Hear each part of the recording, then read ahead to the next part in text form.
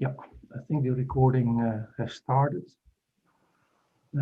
Yeah, we have exactly 1 hour for the lunch seminars. Welcome everybody. It's the first lunch seminar of the new year. We have 2 very different topics, both very interesting topics. First one by Sánchez. She's from University of Vigo in Spain. And the second one is by Groenewegen. He is a master student, and his presentation is about the location of hydrogen plants. But first, Anna, I would like to give you the floor, and your presentation is about your PhD research, which you completed, and it's on monitoring the infrastructure with laser scanning. Anna, please go ahead. Okay, so I will start sharing my screen. Yeah.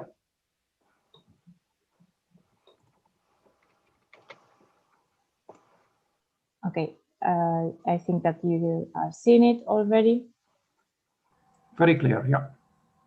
Okay, so I will start then.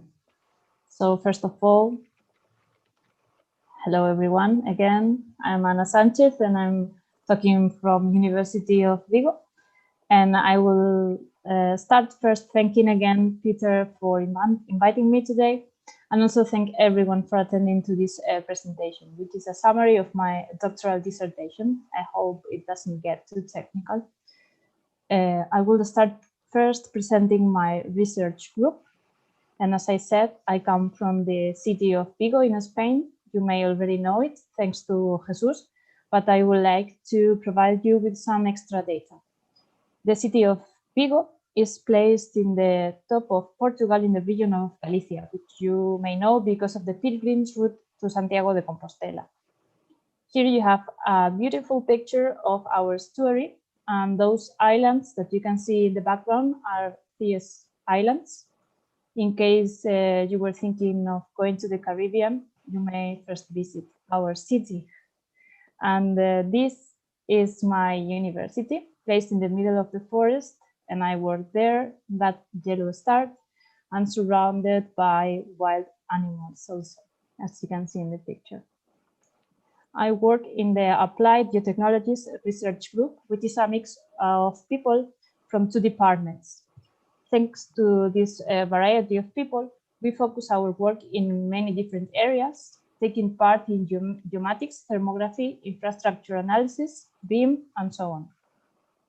This presentation is based on my doctoral dissertation, as I said, and it is divided in 4 main parts, starting with an introduction and its main objectives, followed by the presentation of each publication of the thesis, and ending with the conclusions. It will last about 20 minutes. It presents laser scanning as a tool for changing the way in which monitoring of infrastructure is performed, more specifically transport infrastructure. The approach of the thesis was to develop methodologies with the aim of inventory, monitor, and classify point cloud data. And a special interest has been put on masonry constructions and railway environments. Firstly, due to the functional dependency that the terrestrial transport network has on both of them. And secondly, since the location of the actual transport network was motivated by previous infrastructures constructed across the centuries, and some of those aging infrastructures are still standing. All this motivated the definition of the thesis objectives. What seemed logical for me was to propose strategies for the automatic monitoring of those infrastructures without the need of human intervention. Notionally, all the information obtained from point clouds would be stored in a digital model, which by definition should be updated through time in order to enable the application of predictive maintenance of the stored assets. After this short introduction and the exposition of the objectives comprised in the thesis, I can start to present the next chapter of the presentation, the methodological development. This section is divided in 4 different parts, each of them with a different color. These sections are formed by a total of 6 publications. This is how they are distributed. The sections are distributed. They are composed by 3 publications in section 3.2, 2 in 3.3, and 1 in 3.4. So now let's make a very short introduction to point cloud processing. As you may imagine, the input data are 3-dimensional point clouds. The systems used in this thesis were terrestrial and mobile laser scanners. Their basic technology is LiDAR, which works by measuring the distance between the scanner and the object in which the laser beam is reflected. The result of the data gathering is a matrix of unorganized data, the so-called point cloud. This matrix stores the coordinates of each point recorded by the laser scanning system. Other characteristics, as the intensity or the timestamp of each point, among others, are also stored, although in the thesis, only the geometric data were used. And for the case of point clouds acquired with mobile laser scanners, the trajectory was also used. From here, the works published for the consecution of the thesis are presented. In the first section, I'll be presenting the 3 publications regarding the health monitoring of masonry structures. So let's introduce the first journal article published to this respect, which is the detection of structural faults in piers of masonry arch bridges through automated processing of laser scanning data. Okay, so this method starts with a masonry arch bridge point cloud. The classification of points begins with a general classification regarding the elevation angle of each point, and based on other characteristics, the points are labeled. As a second step, once each pier is isolated, each of the faces composing them are segmented so that the algorithms for damage detection can be applied. As I said, the method starts with the spatial coordinates of the bridge point cloud. And applying principal component analysis, the normal vectors are obtained, and with them, the azimuth and elevation angles of each point can be computed. Those points whose elevation angle is 0 or close to it belong to vertical walls, the vertical walls class. The next step is the classification of these vertical elements. Now, the first classification is done based on the azimuth angle. Analyzing this data, the expanded wall class will be the one formed by the biggest amount of points. The remaining cloud is processed, creating a bounded box that contains piers and depth-out cutwaters in such a way that individual point clouds for each pier were obtained. The cloud of non-vertical elements was also processed. Here you can see an image of the classified point cloud, result of the classification. Once the whole point cloud is classified, the piers needed yet to be further segmented. In order to distinguish each of the faces of the pier, their azimuth and elevation angles needed to be compared with the general angles of the bridge. These general angles were previously computed based on the expanded walls orientation. After this coplanarity analysis, the faces resulted classified. And here you can see the final results of the classification of the piers. The final step was then to detect any possible damage affecting each pier. An investigation was performed regarding the most common damages happening on this type of bridges, and taking these damages into account and the orientation of the faces of the pier for each of the cases, a damage matrix was created. Here we can take a closer look to the matrix. It summarizes the behavior of the angles of each face depending on the damage being suffered. The obtained results agree with the damage detected in previous campaigns and might be consulted in detail in the published article. The next publication of the thesis was published as part of a big book series, and it was presented in a conference. It is about the detection of out-of-plane deformations in a masonry wall. The workflow is very simple, from the surveying of data to the detection of damage. A terrestrial laser scanner was used to perform the survey. And regarding the methodology developed, firstly, the ground had to be extracted from the clouds, since it is not useful for this work. And moving now to the damage detection, The damage taken into consideration in this work was the out-of-plane deformation of the wall. To detect this pathology, the Euclidean distances between each point forming the cloud and the fitted plane were computed. Then each voxel was transformed into a pixel whose value was computed as the mean of the Euclidean distances of each point inside the corresponding boxes calculated beforehand. And as you can see, we have two faces of the wall, one external face and another internal face.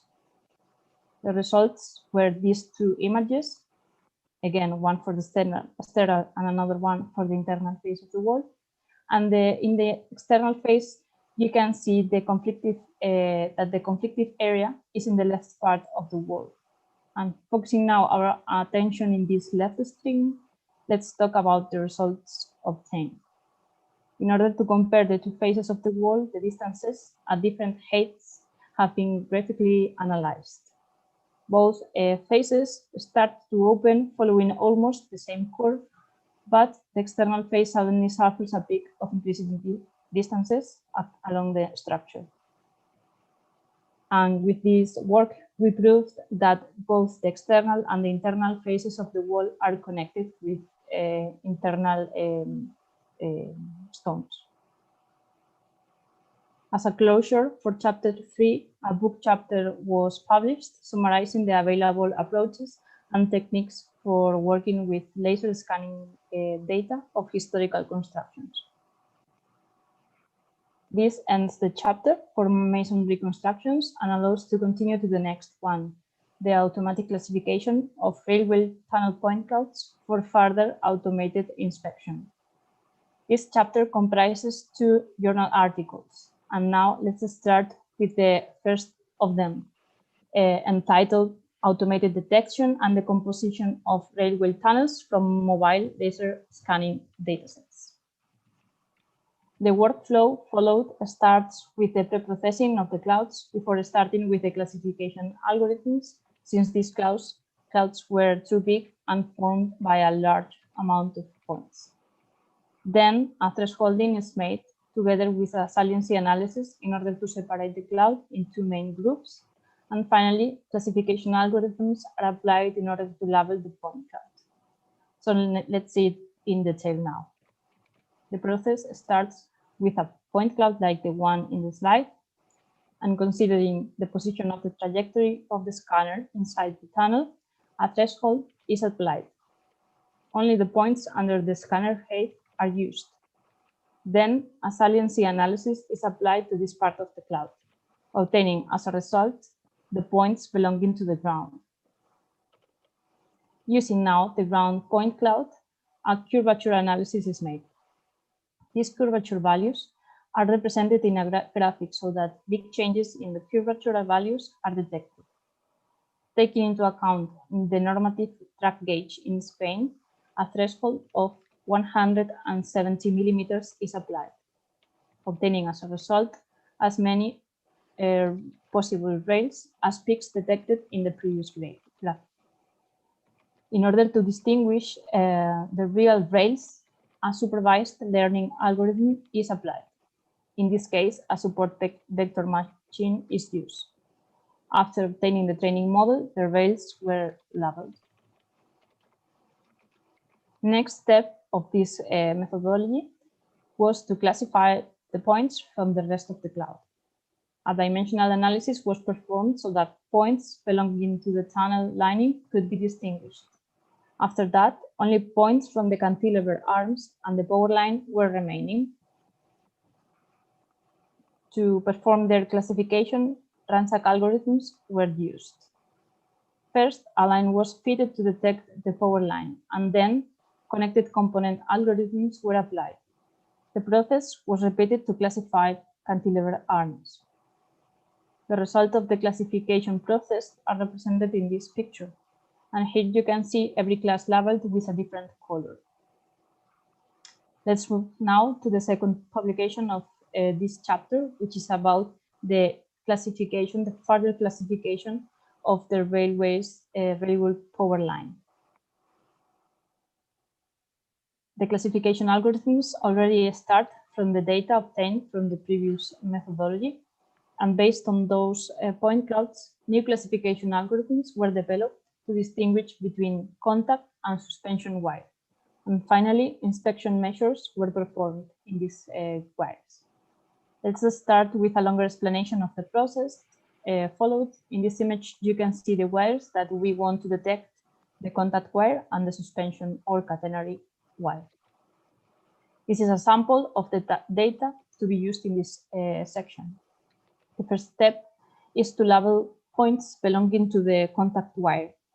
Since this wire is straight following the longitudinal direction of the tunnel, ransack algorithms are applied to label these points.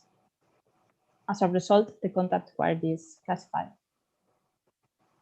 Next step is to classify points from the catenary or suspension wire. The goal is to detect the highest points in the cloud, in the remaining cloud. Since a cantilever might be placed in the cloud, this needs to be segmented in two sections, one before and another one after the location of the cantilever. Then a trimming of 5 centimeter sections is done, and in each of these sections, the highest points are detected. Then the nearest neighbors are searched applying MATLAB range search algorithm, and this allows to label the points belonging to the suspension wire. The final step is to measure the clearance gauge and the deflection of the catenary in the cloud. Here is a clear picture of what we want to measure, and here is how the cloud set would look like. The first step of the measuring process starts by finding the top surface of the rails. After this, a plane is fitted to the top surface, and finally, the Euclidean distance from the plane to the points in the contact wire is measured. Next step was to measure the deflection of the suspension wire. First, it was necessary to detect which sections of the previously segmented long point cloud of the tunnel, which of these sections contained a cantilever and the point clouds placed between two consecutive cantilevers. Then a line was fitted to the most extreme points of the span, being the highest set coordinate of the cantilever point clouds. Finally, the deflection is measured, calculating the maximum Euclidean distance between the fitted line and each point in the span point cloud. And this will give us the results of this paper. And now, moving to the final chapter of this presentation. This chapter comprises the creation of digital models of infrastructure. The title of the published paper is From Point Cloud to IFC, a Masonry Arch Bridge Case Study. The approach of the paper composing it was to classify point cloud data converted to mesh in order to generate IFC models. This is the schema representing the classification algorithms. The methodology developed is based in the one exposed at the beginning of this presentation, but it has been modified in order to achieve better results. The code is based on the study of the orientation of each element of the bridge. Next step is to create the mesh from this labeled data.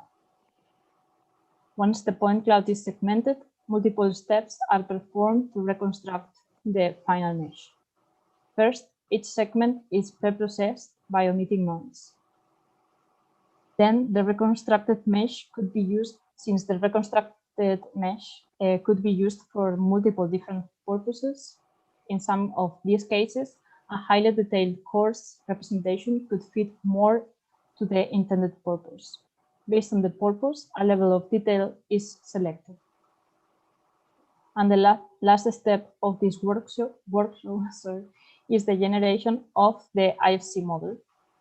The generation of the IFC model requires some additional input from the user, as we cannot detect full semantic definitions for all components. Therefore, the setup process of the model is divided in several modules. All blocks enable the user to provide additional semantic data. Such additional data can include essential parameters used for the mesh calculations or for the LiDAR setup. We tested the models in several applications with IFC interfaces, and those which already support IFC extension, IFC4 extension 2 had no issues at all. In this slide, you can see a clear visual difference of the level of detail that were reached in this work regarding the mesh creation from point cloud data. And in this final slide, you can see the final IFC data model created using which was the latest IFC schema extension proposal, IFC 4.2. And I would like to add that nowadays we have one additional paper following this one under revision, which is extending this, this knowledge, let's say. As a conclusion for this presentation, I would say that nowadays the trend is to create digital replica. The trend is to create digital replicas of real-world assets. These models will help to detect damages and required actions in a preventive way, reducing the disruption of service and users' risk and costs for infrastructure owners. The use of LiDAR technology helps to acquire the as-is state of the building environment, and putting all this together, the presented work proves the usability of a methodology for creating IFC data models from classified point cloud data. This is all from my side. I hope that I provide you with a clear vision of my work, and I would like to thank you all for your attention, and if you have any doubts, I'm at your disposal. Anna, thank you very much for your presentation with a lot of content and many topics all related. I'm sure there will be some questions. Who would like to ask the first question? Please go ahead and open your microphone.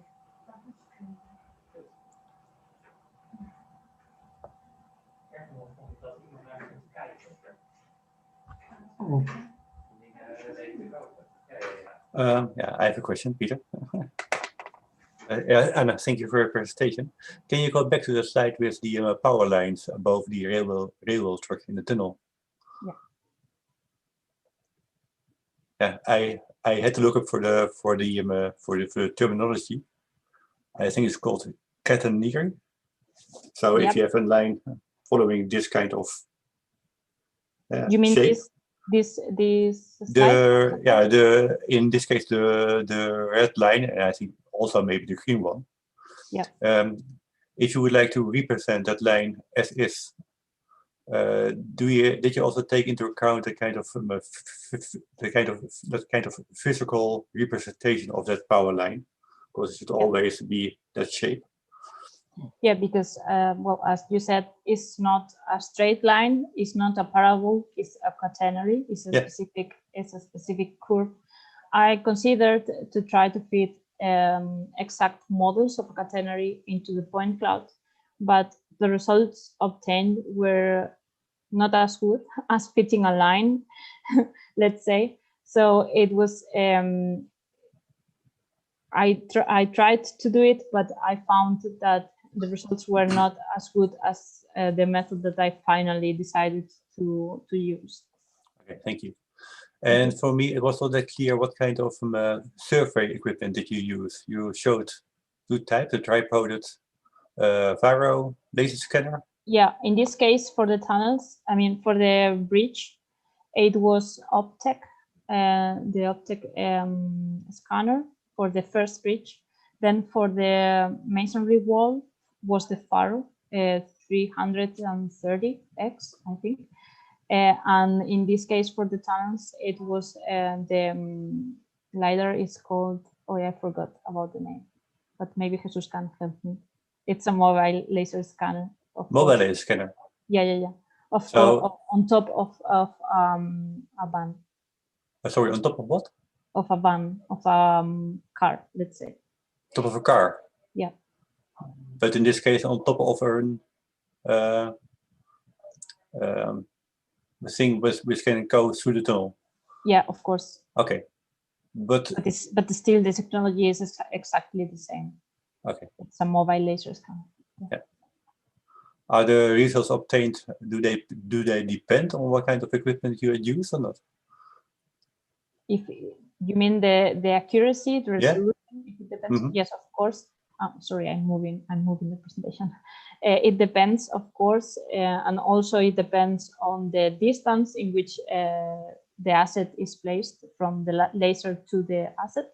That distance, it's very dependent, and of course, it depends on the resolution of the equipment itself.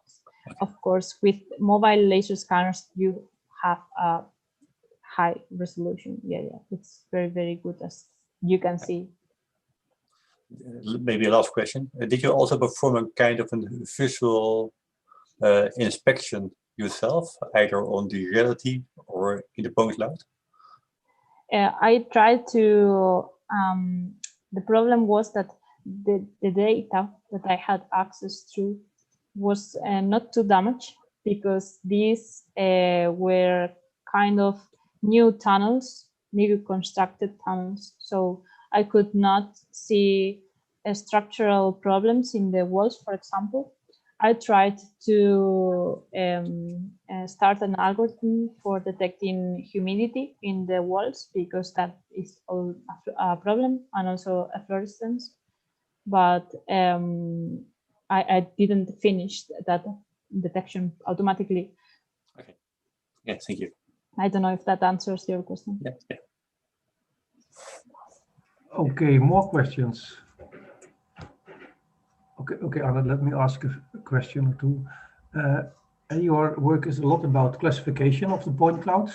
And you said that the goal is to detect faults or errors or cracks in the structures. And the walls that you scanned and the tunnels. Did you also classify points that belong to a fault or an error as fault or as error? Do you understand my question? Is it clear? I think so. You mean if I detected in the tunnel? Yeah, if you detect an error or a crack in the wall, or yeah. For example, with the cracks in the tunnel specifically, it's very, very difficult, because again, the cracks, I mean, the scanner has a resolution, so it's very difficult that a tunnel is working with a crack big enough to see it with the scanner. If you have the point cloud and if you cannot see the crack visually yourself, you cannot detect it with the laser neither. So yeah. You did a lot of classification, and you used basically the geometry, the X, Y, and the Z. Do you think color would have helped you, or intensity? Yes, definitely. I mean, not for the kind of damage that I was trying to detect, because it was more on the geometry part, I think, but definitely to detect other types of pathologies, I would say. Yeah, because I would say your results already look very good, so there's not so much to improve. Okay, my last question, then I give the floor to somebody else. And as about your last paper, that you say, okay, we want to make out of the point cloud model an IFC representation, and that means a lot of semantics and spatial structure or relationship between the elements added. And you use an intermediate step like a mesh. Yep. Could you imagine that you combine the IFC models directly with the point cloud, and that the point cloud is the geometry in the IFC model? Yeah, actually, my current investigation, my current research is about that, directly transforming the point cloud into the IFC models parametrically, probably in some way, or providing, I don't know, distances or measures. We are trying to focus on that. And we also have results on one paper published about the extraction of the alignment, of the main alignment of the road environment from point clouds to IFC directly. Okay, thanks. Other questions?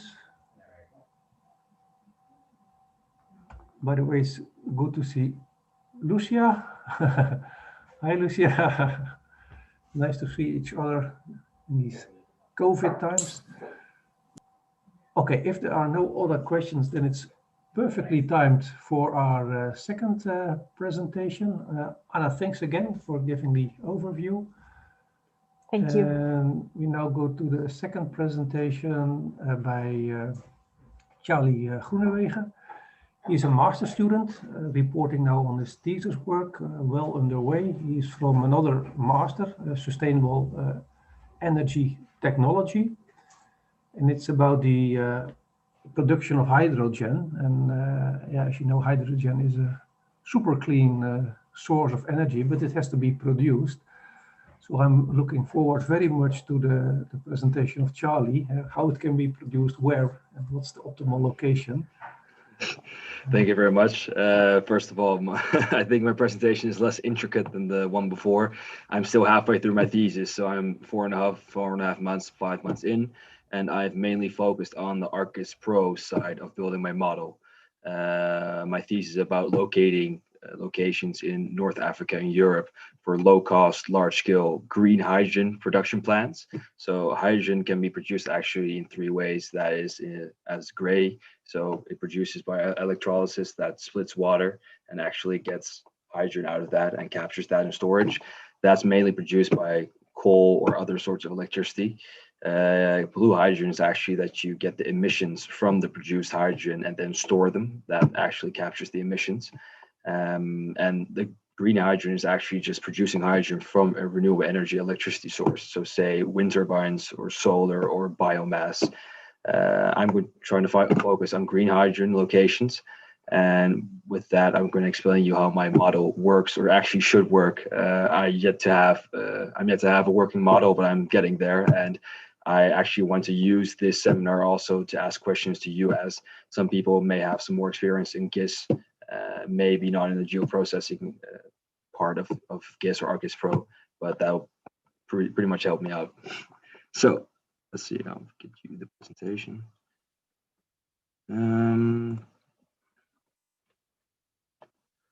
Well, as I said before, green hydrogen is produced using renewable energy and electrolysis from gray hydrogen. This thesis actually is a part of a legislation change for the European Parliament of Hydrogen. So Ad van Wijk, my main professor, he is writing new legislation laws for the Parliament of Hydrogen, and this is a part of that. And whether it's the research is sufficient and good enough, it will actually be conducted, and my name will be put somewhere in the European Parliament if I'm lucky. I'm using the ArcGIS Pro program to select optimal locations for green hydrogen systems on basis of certain criteria. Over those criteria, I'll tell you in the next slide.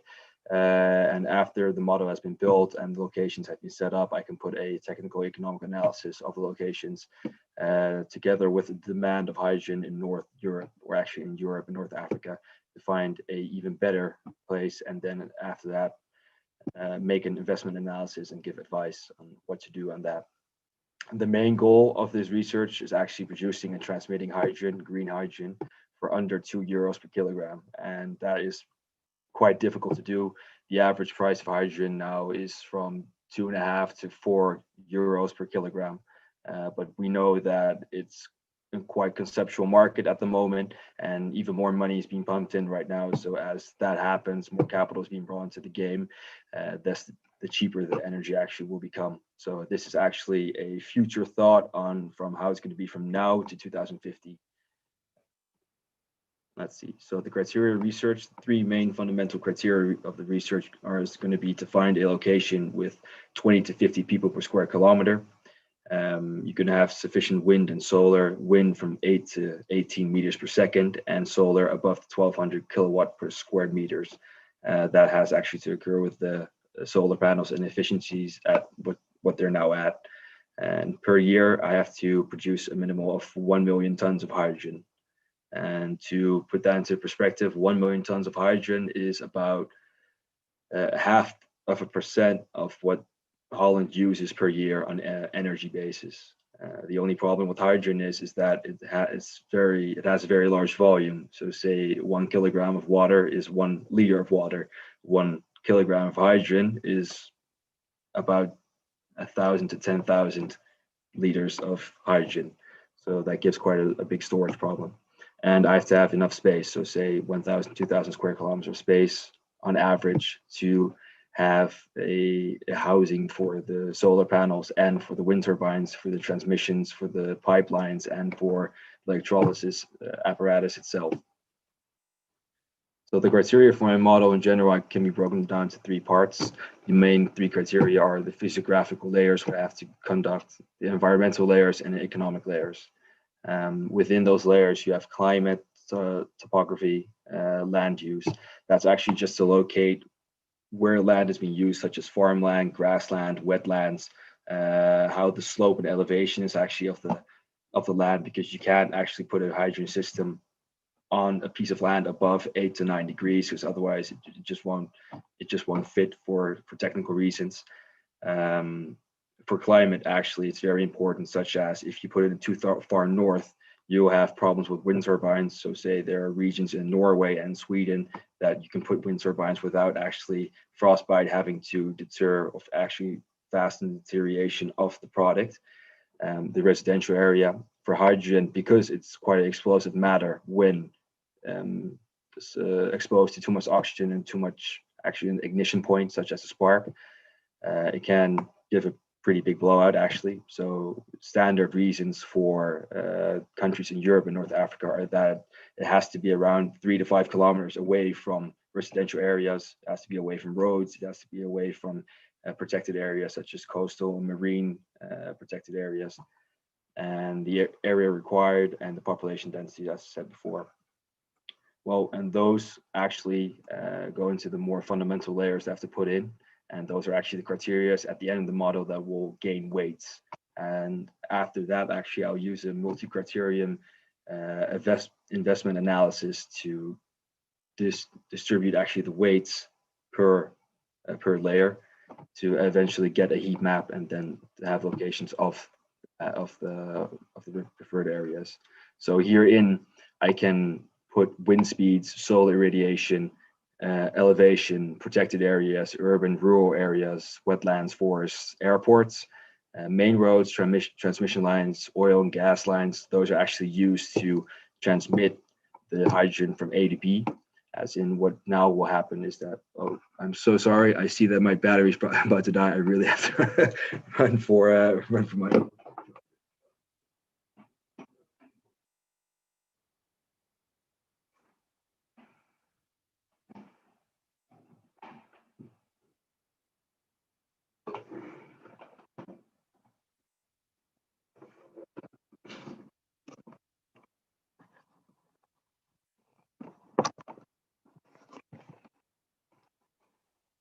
Pardon me for that. Oil and gas pipelines, old oil and gas pipelines, such as in Egypt, are already being used for transporting hydrogen from A to B. And actually, from another thesis, I was able to receive the demand of hydrogen within Europe depicted on a heat map, which will actually also be of very great use at the end for the investment analysis. Certain layers I cannot put into the model are layers such as wave height, salt storage, and slope. The salt storage can be done actually by placing large tanks on land, but it's more efficient just to search out old salt caverns within the layers and then pump hydrogen into the layers. It's easy to store and it's cheaper. And the salt layers around Europe are extremely large, so that's enough for a lot of hydrogen to put in there, and certainly enough for 1 million tons per year. Well, I'd like to take you through my ArcGIS Pro model, and I realized that the resolution isn't that good because my second screen isn't available at the moment, so I couldn't have a high def resolution. But I would like to share my model with you in the program itself. Let's see. So at the moment, this is my model. This will be actually, this is the demand side of the heat map. This is what it's supposed to look like at the end when I add all the layers. For my model, I started simply with actually the global land cover in general from 1992 to 2018. So global land covers actually, it says, is it a wetland, is it a forest, is it farmland? After that, I reclassified the population density in general. So that's actually people per square kilometer, and very difficult to find for that kind of data on the web. And the slope of the terrain, as said before, you're not really able to put electrolysis apparatus above 8 to 9 degrees. Well, after I reclassified it, because actually for a heat map, as some of you know, actually, that you have to reclassify it to one order. So say I have the order 1 to 6, and then 1 is non-favorable and 6 is very favorable. And 1 has the color red, and then goes up to the color scale of green for 6. After that, I took world airports and world cities into account. I first buffered it, actually. So a buffer, as some of you know, is actually just placing a circle around a geographical point and then saying actually that that is a restricted area, if you can put that into the buffer.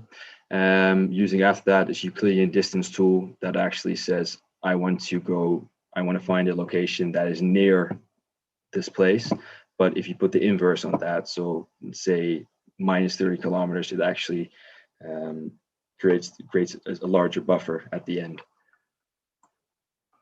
Also in my model, I have the aggregation of the demand. So that's why I said before, demand from the other thesis, the protected areas of the world, such as nature and marine and coastal, and the wind speeds at 100-meter height. I decided to go for the wind speeds 100-meter height instead of 50 meters height due to the fact that most turbines have an average height of 80 meters.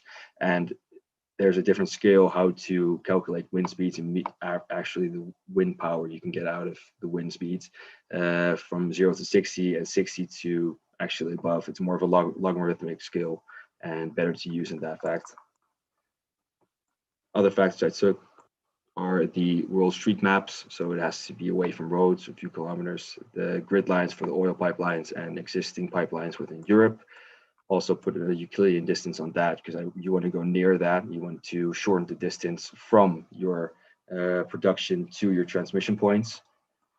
Also, I took global solar atlas into account and other global pipelines that are not in these two maps set before. And at the end, what I've not yet done yet, but it should actually give a weight and locate regions. Only this is I think my model is only three-quarters way done at the moment, and I have some struggles with some points where I'm going to actually ask you guys for some help at the end. Let's see, and share. All right.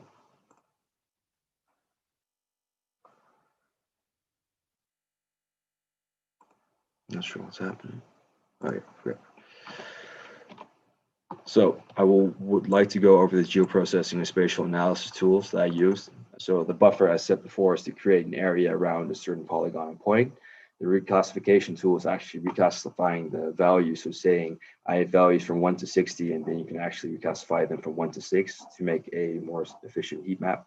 The rescale by function was used actually to make the data set what's smaller. So say instead of having a data set from 1 to 100, you can actually, with 100 values, you can actually just put them into 6 values at the end. So 6 groups of say 1 to 12.5, and then 12.5 to 25, et cetera, et cetera.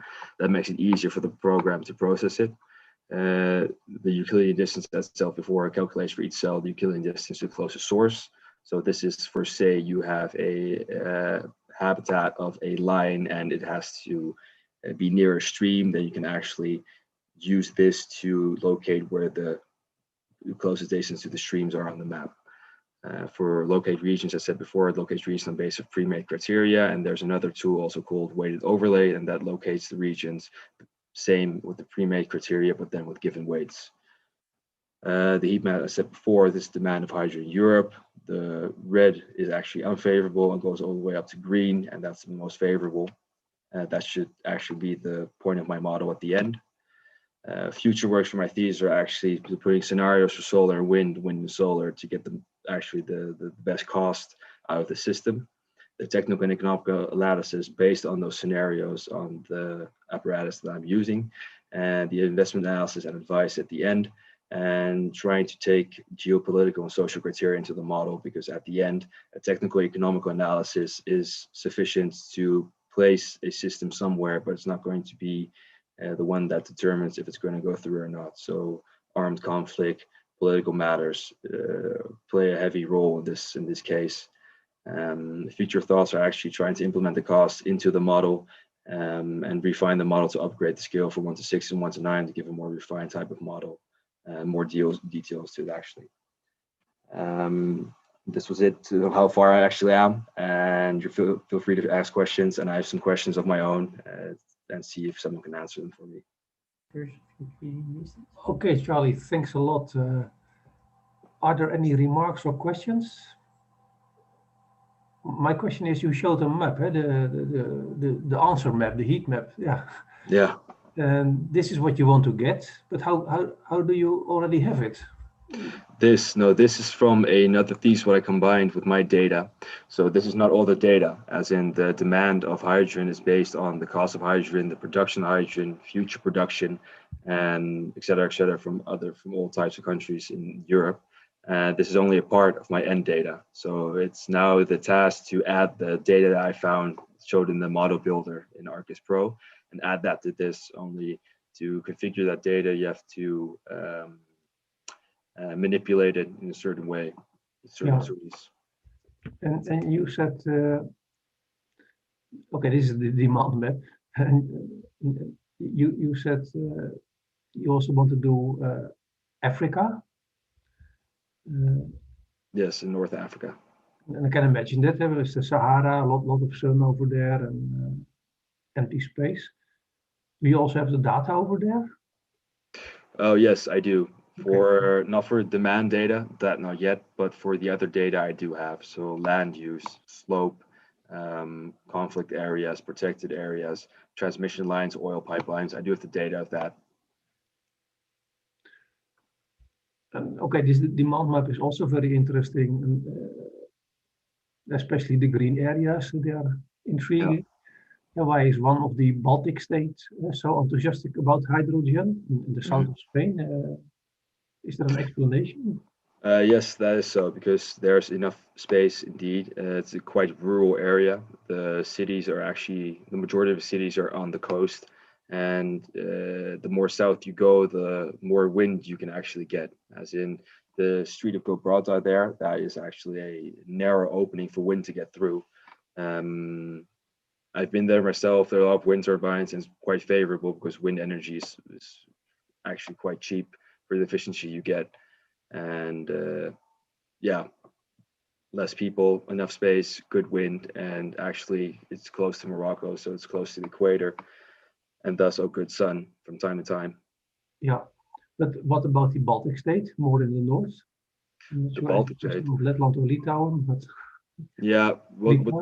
What the thing is that with Letland and Litauen, I think that is pretty much the legislation also, that the government are trying to invest a lot of capital into that, and it's quite good wind actually. And in the Baltic states, there are not a lot of people actually there. So but this map say they want a lot of hydrogen over there. Yeah. So they're producing a lot of hydrogen now, but they're not producing a lot of green hydrogen at the moment. Okay, let me stop asking my questions and give the others the opportunity. Any other questions or suggestions?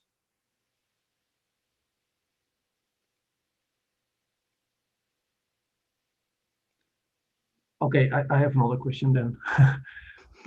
You showed already really a lot of layers which you use in your model. And I was also thinking, do you consider the price of the land?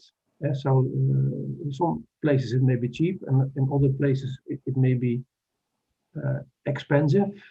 Or who is the owner? Is the owner willing to sell the land? Is that not also relevant? I think that you could put that in a model. at the end of the day, you can put as much in the model as you want, but I think making the model more complicated will just actually make the result more complicated. So if you talk about the cost of the land that is from the owner, that's I think more a governmental issue, as in this project is meant to spike interest into countries to actually do green hydrogen, to show that it's possible. Because at the moment, a lot of companies are not doing this the way that I'm trying to find locations, because it just costs a lot of money, and that actually disfavors a lot of companies to even do it.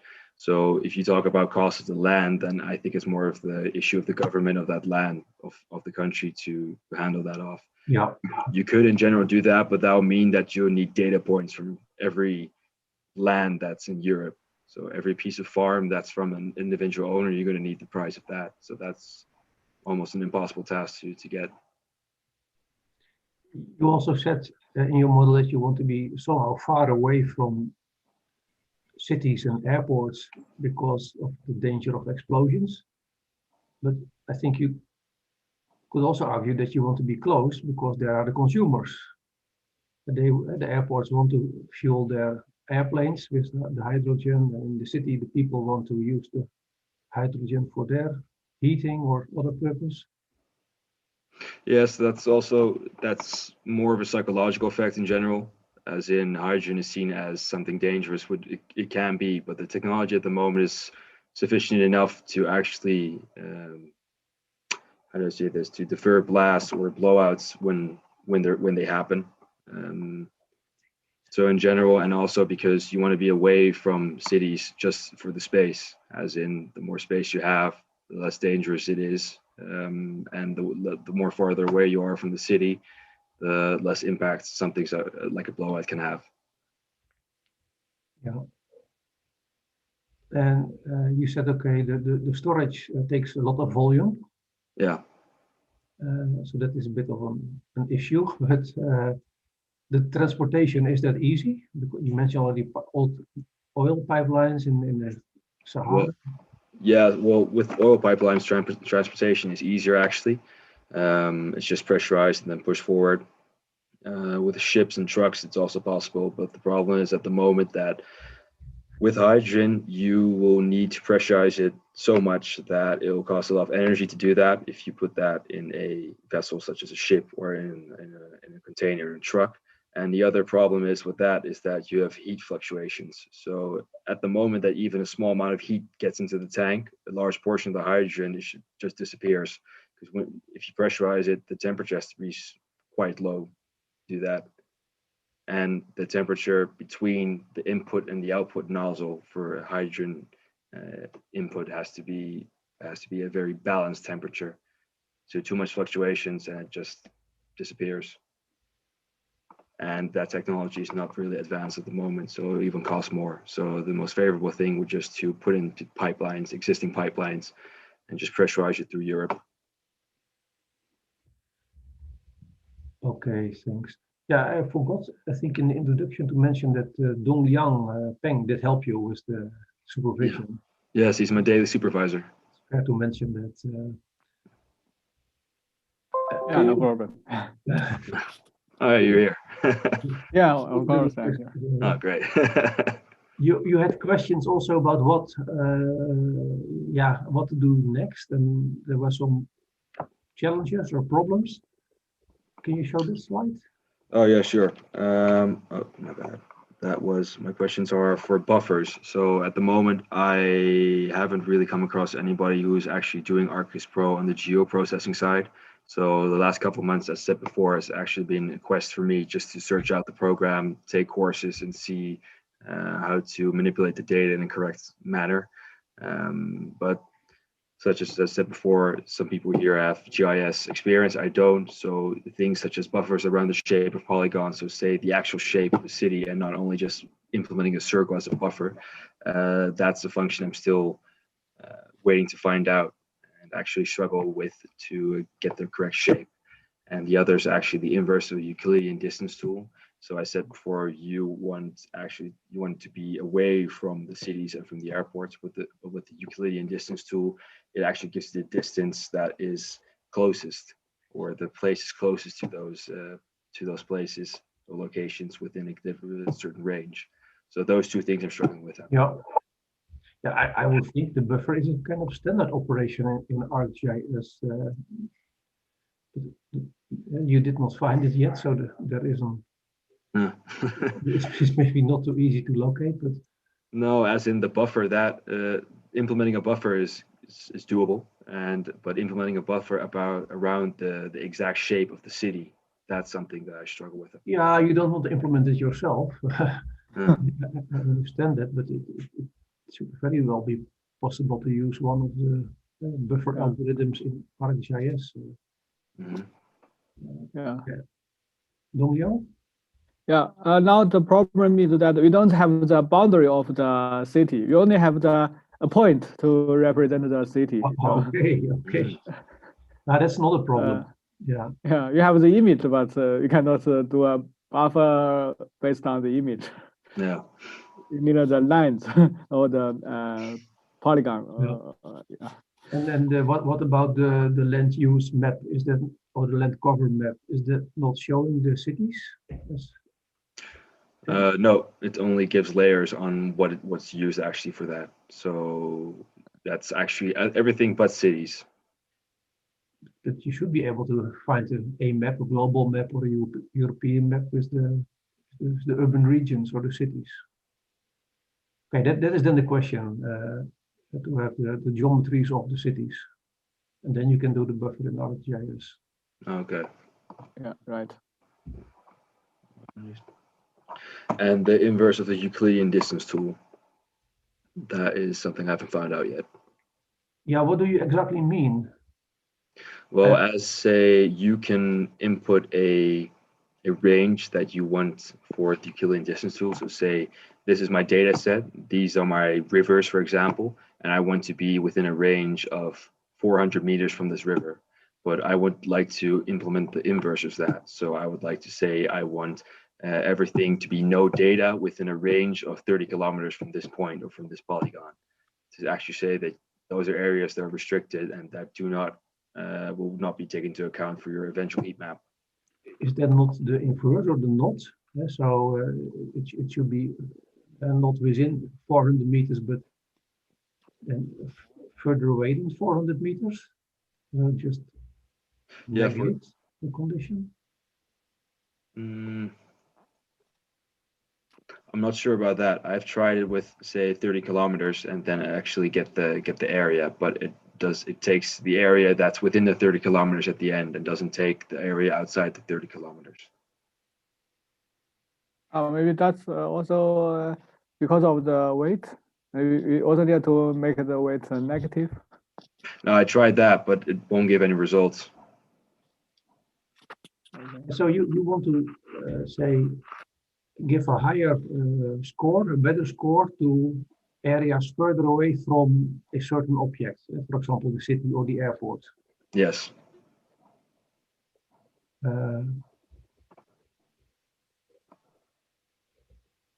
That should not be too difficult. Oh, maybe you use the tool, then you generate some region. Then maybe the system thinks only the regions are you are only allowed to build the factories in the regions. I didn't quite hear what you said, though. No. So, for example, you use 30 kilometers, then you created some regions, for example, around the cities. Yeah. Then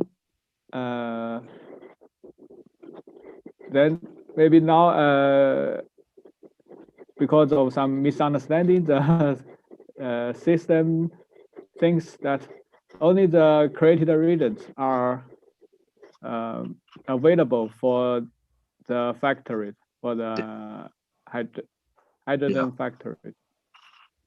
Yeah, so you need to actually not use 30 kilometers. You need to use a very large number, like But if you use a very large number, then you're just going to take everything in the region into account. Well, actually, that shouldn't be so then. Yeah. So the available what's it say, the score for the factory should decrease when should increase when the place is far away from a city. Mm-hmm. So we use the inverse of the Euclidean distance. If we use that tool, then the farther away, then the higher score. So the region should cover all, for example, cover all Europe, but with a different. It's like a heat map again. So for this one factor, we can get a heat map for the whole Europe. Yeah, exactly. But that's my question. Is there a tool that exists that is the inverse of the Euclidean distance, or is that just something you have to program yourself with other tool sets? Is it not a matter of assigning the proper cost, depending on, you could say, you compute the distance to your target objects, the cities or the airports. Mm-hmm. You do it for every location in your domain in Europe or Africa. And it's a kind of shortest distance. So for every location, there is one object with the shortest distance, and that distance can be 20 kilometers or 30 kilometers, has a certain score.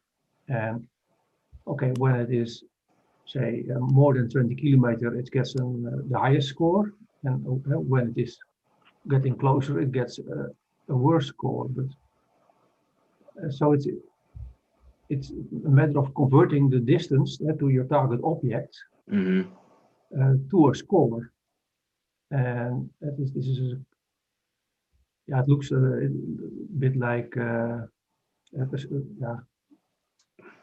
skeleton between all your objects, like a map with all the distance contours from the object. And at a certain moment, if you have multiple objects, the distance contours start to merge and to hit, and then you get the skeleton between the objects. So I think it is a matter of converting the distance, the shortest distance to your target objects to a cost. And if you can compute the distance, Euclidean distance to all the objects, and take the shortest. That's step one, and then step two is translate the distance into a cost. But okay, I'm not so close to your research that I know the setting or the context. I think. Okay, looking at the time, I would like to ask if there is still a question or a suggestion. Then, if not, Shelley, I'd like to thank you. And you would like to say one more thing because you were starting to talk. We do not have so much time. Oh no, I would like to say that I would like to get the seminar again when I finish my thesis, so I can show you guys the end project. And, you are very much invited. And then explain a little bit more what I'm doing here, because I could imagine it looks a little bit like a mess in general, but it's a lot of digging within the program. So I'd like to do it again at the end, so there's a little bit more structure. You are very much invited. Okay, great.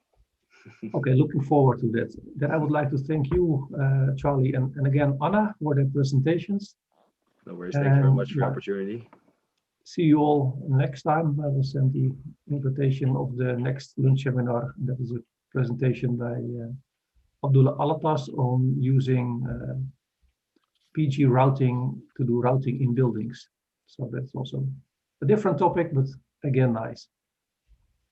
All right. See you next time. Thank you very Bye-bye. much. See you next time.